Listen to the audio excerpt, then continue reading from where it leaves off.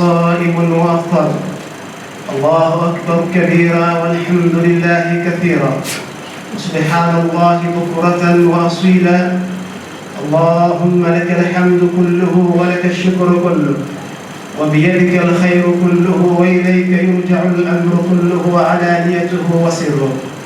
لك الحمد بكل نعمة أنعمتها ولك الحمد بكل حسنة تقبلتها ولك الحمد بكل سيئة غفرتها ولك الحمد بكل كربة كشفتها ولك الحمد بكل مصيبة رفعتها لك الحمد بكل مال رزقته ولك الحمد بكل مرض شفيته ولك الحمد بكل عاص هديته ولك الحمد كثيرا كما تنعم كثيرا.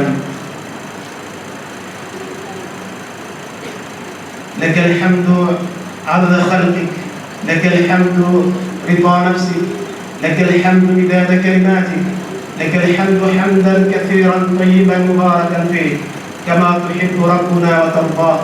لك الحمد كله بما يسرت لنا من صيام وقيام وتلاوة ودعاء. لك الحمد كما تنعم كثيرا.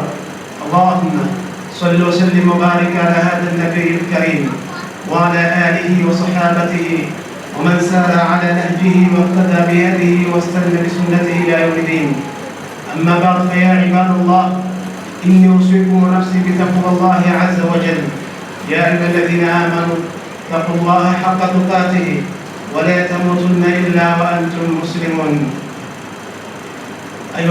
Na tunafurahi laiki ilikuwa nzuri na imekuja siku nzuri na imekwenda vizuri na shekhe wetu ametutolea hotuba nzuri na katuombea dua katika nchi yetu. Tunafurahi sana na tuko katika amani, tunafurahia hii amani. Na waombea Waislamu wote wa dunia nzima, na tunaomba vile vile Mwenyezi Mungu atuhurumie katika saumu zetu, atuondolee hii ugonjwa wa corona, maana yake umeifunga dunia nzima. Tunamuomba Mwenyezi Mungu atufungulie ya maradhi yote yaondoke, dunia iendelee kama kawaida, na atuondolee chuki baina yetu na ndugu zetu hata sio Waislamu. Tunaomba vile vile tushirikiane vizuri, na tunafurahi kama sisi tunaishi na ndugu zetu wenye sio Waislamu, lakini tunashirikiana vizuri na tunapendana na tunasaidizana kwa hali na mali. Allahu Akbar, Allahu